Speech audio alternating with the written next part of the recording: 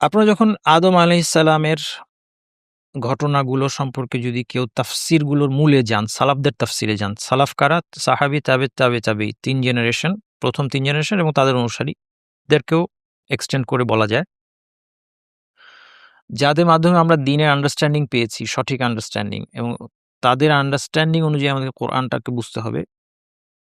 তাদের তাফসিরে গেলে এই জায়গায় আপনি একটা জিনিস পাবেন, শুধু এই জায়গায় না, অতীতের যে ঘটনাবলী আছে, বিশেষ করে অতীতের নবী রাসূল এবং তাদের জাতিদের ঘটনা, অথবা আদম আলাইহিস সালাম এবং ইবলিসের ঘটনা।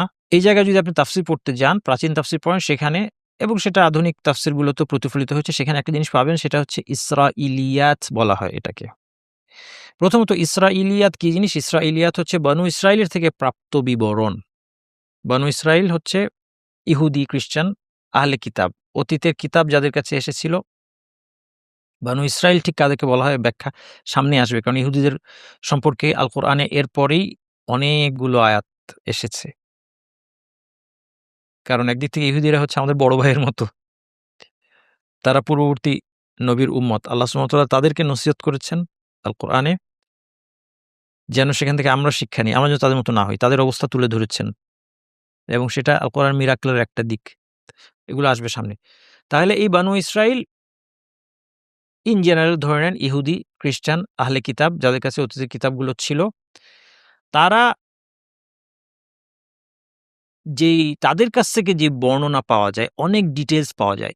আল কোরআন এবং ইভেন হাদিসও অনেক ডিটেইলস বাদ দিয়ে গিয়েছে। কিন্তু মানুষ তো মানুষের স্বভাব হচ্ছে কি? মানুষ খালি প্রশ্ন করে।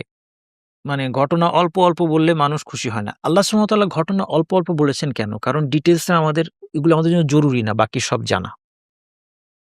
ঠিক না? যেমন আদম আলাইহিস সালাম যখন জান্নাতে ছিলেন, তখন শয়তান ঠিক কিভাবে তাকে ওয়াসওয়াসা দিল? আদম আলাইহিস সালামকে ওয়াসওয়াসা দিল, সামনে এগুলো আসবে। এই যে কিভাবে দিল এই প্রশ্নটা আপনার, এটা জরুরি না কিভাবে দিল। কোনো না কোনোভাবে আল্লাহ অ্যালাও করেছেন। হুম? এখন আপনি এটা ঘাঁটতে, ঘাঁটতে মানুষ বের করল যে বানু ইসরাইলের ঘটনার মধ্যে আছে যে সাপের মধ্যে ঢুকে সে সেখানে গিয়েছে, এবং এইজন্য সারা জীবন সাপের সাথে মানুষের শত্রুতা ইত্যাদিতে। আগে সাপের ৪ পা ছিল। এরপরে তার পাটা বাদ দিয়ে তাকে এগুলি আসলে কোনো আ কোরআন হাদিসে কোনো দলিল নাই। এগুলো হচ্ছে বানু ইসরাইল থেকে প্রাপ্ত বিবরণ। এগুলোকে কি বলা হয়? ইসরাইলিয়াত। আচ্ছা, কোরআনে এগুলো কেন মেনশন করে নাই? হাদিসে কেন মেনশন করা হয় নাই? কারণ এগুলো আমাদের আদৌ জরুরি না। শয়তান ঠিক কিভাবে গিয়ে আদম হাসানকে সাপের পেটের মধ্যে ঢুকেছে, না অন্য কোনোভাবে জান্নাতের বাইরে থেকেই সে দিয়েছে, নাকি তাকে জান্নাতে ঢোকার কোনো ব্যবস্থা আল্লাহ করে দিয়েছেন, যেটাই হোক, এর সাথে আমাদের হেদায়েতের কোনো সম্পর্ক নাই। তাহলে আমরা বলতে পারি যে শরীয়ত যেন চায় না যে আমরা এগুলো নিয়ে বেশি করি। কিন্তু তারপরেও মানুষ প্রশ্ন করে, মানুষ জানতে চায়, মানুষের একটা কৌতূহল। এই ক্ষেত্রে ইসরাইলিয়াত সাহাবী থেকে শুরু করে অনেকেই বর্ণনা করেছেন। সাহাবীও বর্ণনা করেছেন। ইবনু আব্বাস, ইবনু মাসউদ রাদিয়াল্লাহু আনহুমা, যাদের সাহাবীদের মধ্যে তাদের দুজনের তাফসীর সবচেয়ে বেশি। তাদের তাফসীরের একটা বড় অংশের মধ্যে ইসরাইলিয়াত আছে। পরবর্তীতে তাবে তাদের মধ্যে। তার মানে কেউ যদি ইসরাইলিয়াত বর্ণনা করে তাকে দোষ দেওয়া যাবে না। এবং এটার প্রমাণ হাদিসের মধ্যে আছে। হাদ্দিসু আন বানি ইসরাইল ওয়ালা হারাজ। রাসূল সাল্লাল্লাহু আলাইহি ওয়াসাল্লাম বলেছেন, বনু ইসরাইলের ঘটনা বর্ণনা করতে পারো, অসুবিধা নেই। কিন্তু লা তুসাদ্দিকু আহলাল কিতাব ওয়া লা তুকাযযিবুহুম আও কামা ক্বালা আলাইহিস সালাম। অন্য হাদিসে বলা হয়েছে তাদের এই ঘটনাগুলোকে প্রমাণ ছাড়া, এক্সটার্নাল অন্য প্রমাণ, যে প্রমাণ আমাদের কোরআন হাদিসে এসেছে, সেই প্রমাণ ছাড়া একে সত্য বা মিথ্যা বলা যাবে না। প্রমাণ থাকলে বলা যাবে, কিন্তু প্রমাণ ছাড়া এই বর্ণনাগুলো সত্য বা মিথ্যা বলা যাবে না। কিন্তু বর্ণনা করা যাবে। এইজন্য সাহাবী, তাবে, সালাফদের মুফাসসির এবং পরবর্তী যুগে ইমাম আত-তাবারি এবং আরো অনেক ইমামরা তারা এগুলো বর্ণনা করেছেন। কিন্তু সালাফদের তাফসিরে এলেও এটা শিরোধার্য নয়। আমরা শুরু থেকে একটা কথা বারবার বলে আসছি যে সালাফদের তাফসিরের কাছে আমাদের ফিরে যেতেই হবে। এটার বিশেষ গুরুত্ব আছে। কিন্তু মনে রাখতে হবে যে সালাফদের তাফসিরের মধ্যে কোনগুলো ইসরাইলিয়াত, এটাও আবার বোঝার দরকার আছে। কারণ ইসরাইলিয়াতের ক্ষেত্রে সেই বিষয়টা প্রযোজ্য নয়।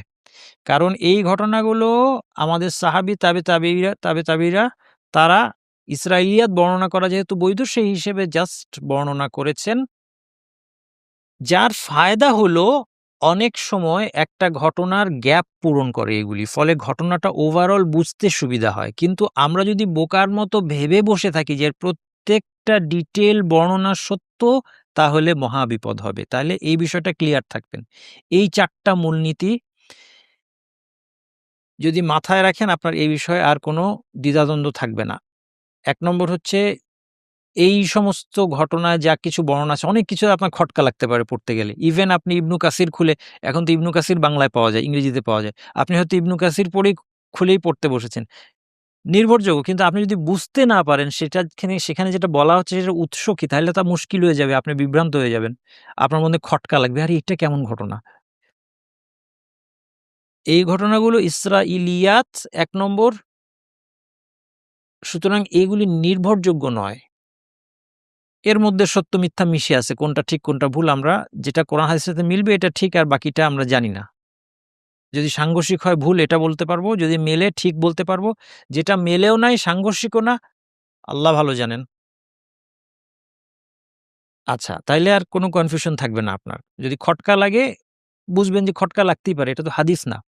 ২ নম্বর হচ্ছে আপনার যেন এর থেকে সাহাবীদের প্রতি কোনো নেগেটিভ ধারণা না হয়। হ্যাঁ, আপনার মনে হবে, অনেকে আবার বলে যে কেন সাহাবীরা এগুলো বলতে গেলেন? না, এটা বলা বৈধ এবং বলার ফায়দা আছে। ঘটনার যেখানে কোরআন হাদিসে সাংঘর্ষিক কিছু নাই সেগুলো দিয়ে ঘটনাটা আরো সুন্দরভাবে উপলব্ধি করা যায় অনেক সময়। এতে ফায়দা হয়।